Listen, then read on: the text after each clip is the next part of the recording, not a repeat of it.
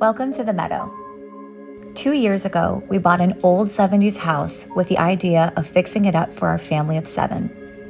My husband and I run an interior design firm in Great Falls, Virginia, just outside of Washington, D.C., where we also rehab and flip houses. We've moved every couple of years as our family has grown, and I've used our homes as my design laboratories, exploring and honing my style, and also using our houses to showcase our design work for potential clients and the various product collections that I design. Each house we've lived in has been an invaluable learning opportunity for our family. As much as we loved the house we had been living in for 5 years, which was a long time for us, the moment we stepped foot into the Meadow, we knew we had to go. It simply called to us.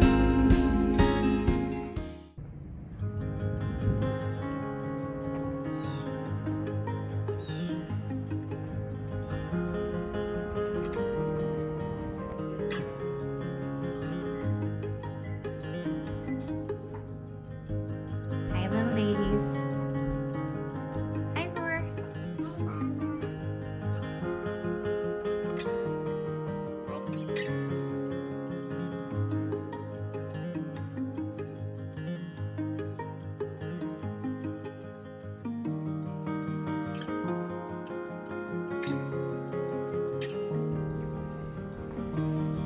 Hello and welcome to the design studio. We are back here again today and we're making decisions for the Meadow. We are looking at the flooring in the Meadow.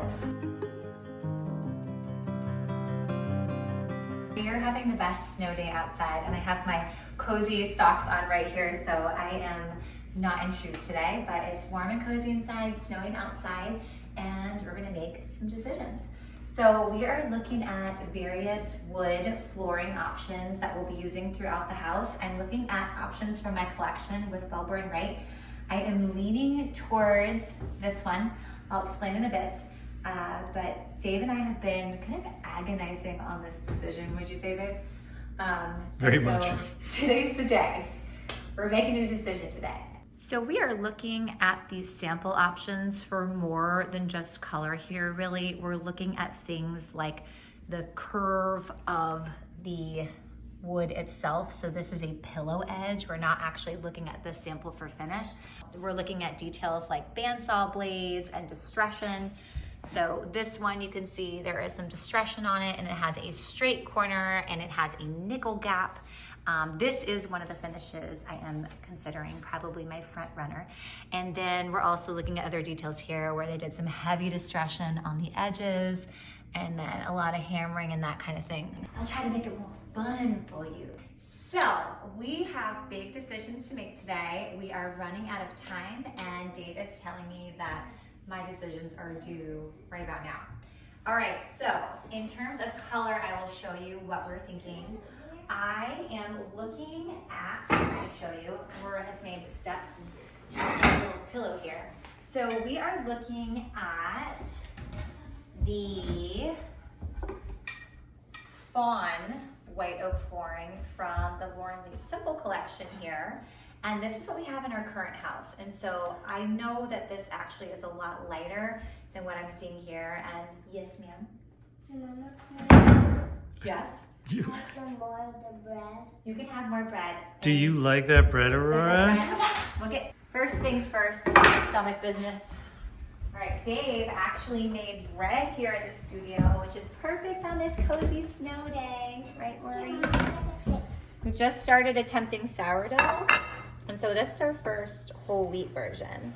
Okay, let me just pull this out and break it for you. I think that's easier. There you go. What do you say? Thank you, Mommy and Daddy. You're welcome. The sweet daddy you have there. Okay? And you. And me, just for being here. So that's what we're looking at. Now I've got warm bread hands here. Okay, so we're looking at fawn from the Simple collection. We currently have this in our house now, and this is actually a really dark example. It happened to be a dark board, but it's a lot lighter at home and we really love it. So I'm considering that strongly. The other one I'm looking at here is from the Heirloom collection, which means there are a lot more steps that go into creating this hardwood floor, which also means that it's more expensive. So I think Dave would like me to go with the Simple collection, but I'm also leaning towards this, what we call natural finish in the Heirloom collection. And pretty light as light as unfinished floors look. And they do a multi-step process to basically get them to look like nothing happened to them, which is actually really hard to do with hardwood flooring. So I'm really, really into these. So I think we need to make a finish decision. What are you leaning towards, babe? The fawn. The fawn, because of the pricing. But you like what we have at home too. Yes. And what's really cool about our floors at home is they have aged considerably because they don't have a ton of finishing going on them. Will age and patina over time very quickly. They'll bleach out from the sun, and just like we've seen like areas where we're walking a lot, they change. They're very, very natural, which I love. And so we know our floors did that. I wanted to have a really light and airy feeling. Not this light and airy from this one. I do love this floor.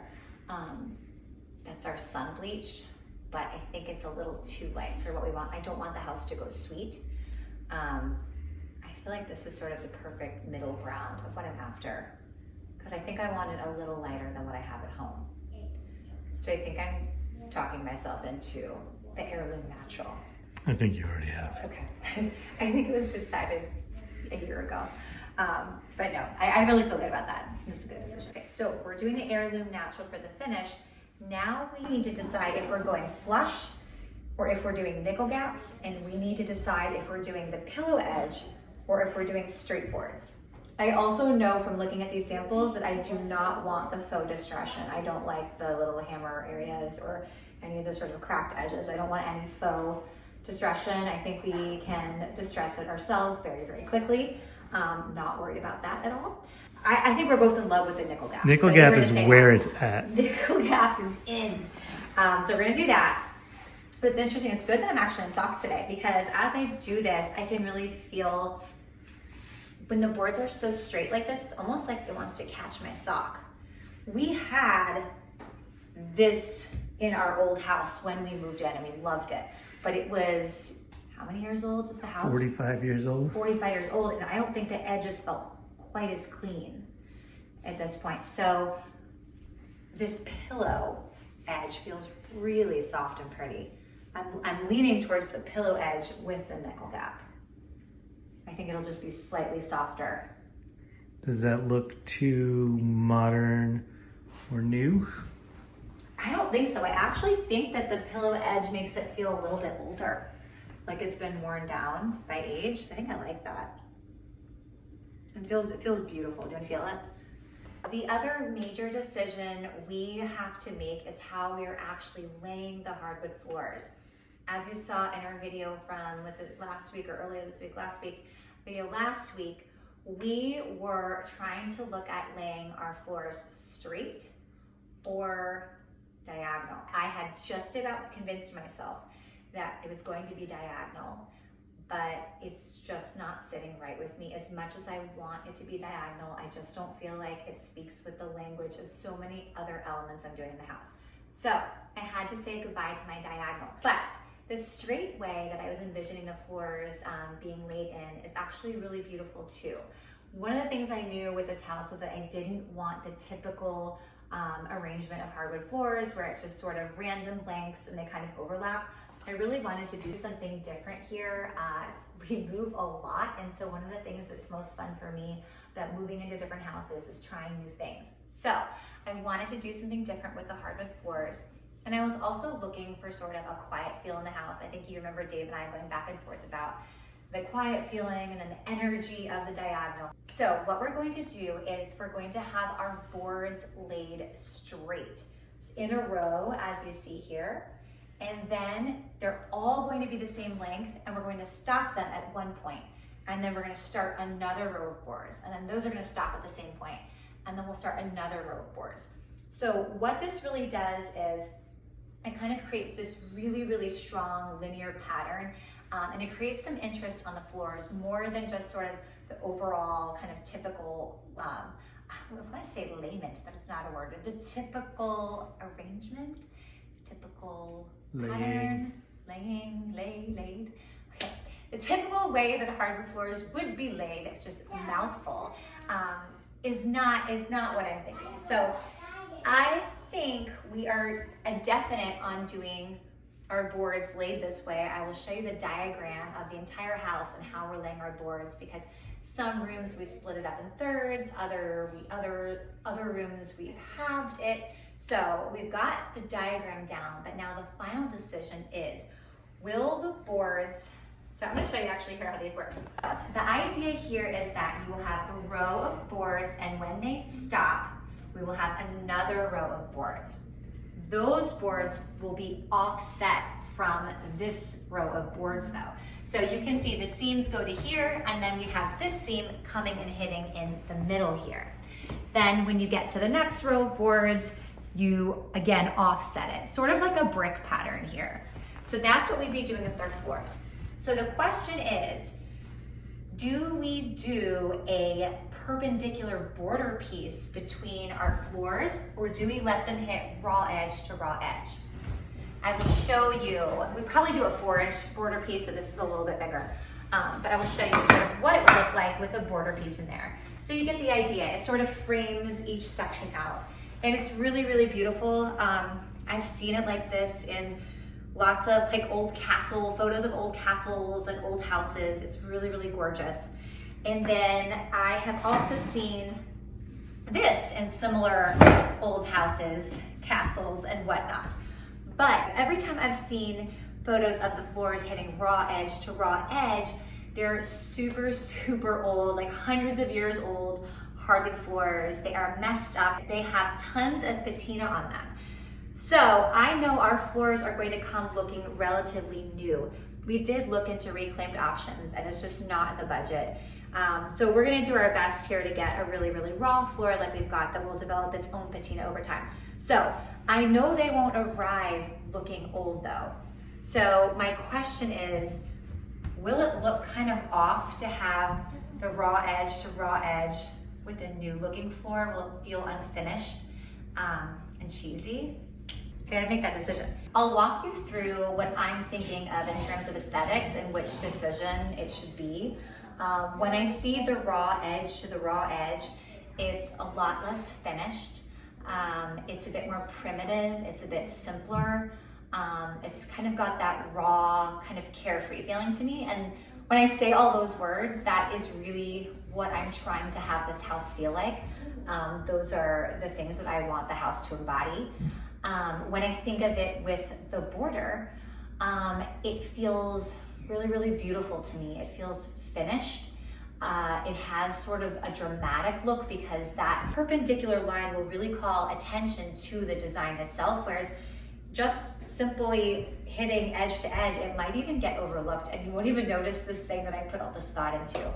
But I do know I could probably very easily convince clients to do the bordered version. I think would be very, very difficult to convince clients to do the offset raw version. And so that kind of makes me want to do that version because I'm not sure I'll ever get to do it if I don't do it now in our house. But I'm really torn. I think what I want is for the raw version to work, but it's more of a risk. So I have to decide if I'm prepared for that. Babe, what do you think? I think you're scared. Yeah, I'm a little scared, yeah. I always say, if you're not a little scared, like the design isn't good enough. So maybe this is what I need to take it there. The border's nice and safe though. We know it's gonna be good with the border. The borders would be beautiful, but it might feel too, I can feel like I'm resisting it. It might feel too buttoned up for me. Like I don't want, I think I want it a little bit more stripped down, a little bit more raw. What if I told you this? No, we have to do a border. I think I would resist that. So I think it's borderless. No borders. All right, that decision's been made. Here we go. Are we done? Okay, so we're the heirloom natural wood.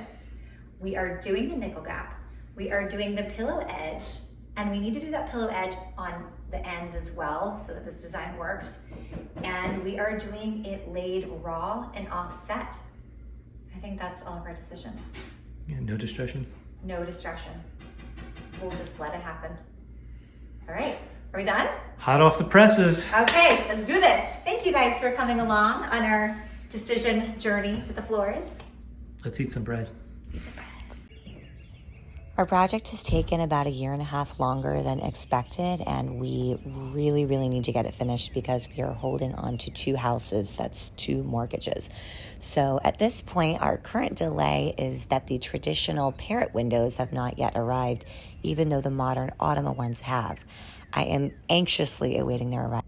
All right, the windows were supposed to be delivered today, and I'm on site to see if that actually happened. I do not see windows, and I can't really picture them having delivered them inside the house, so I'm gonna guess this is a no. I'm still holding out some hope that they're somewhere here on the property, but I really don't think they're here. Let's see. Looking. Not sure how they're supposed to install windows tomorrow if there are no windows on the property. Yeah, I don't see them. Okay, I have confirmation that the windows are in fact arriving tomorrow morning and they're being installed tomorrow. So this is amazing news. Yay team, I'm super pumped. I decided to stop by the next morning in the off chance that they were delivered at the break of dawn, but it was not meant to be. I had a super busy day at work, and so I was just going to have to wait until the next day. I have described myself throughout this project as sort of a pent-up racehorse. I am so ready to get into the house and start physically working and doing the things I can do.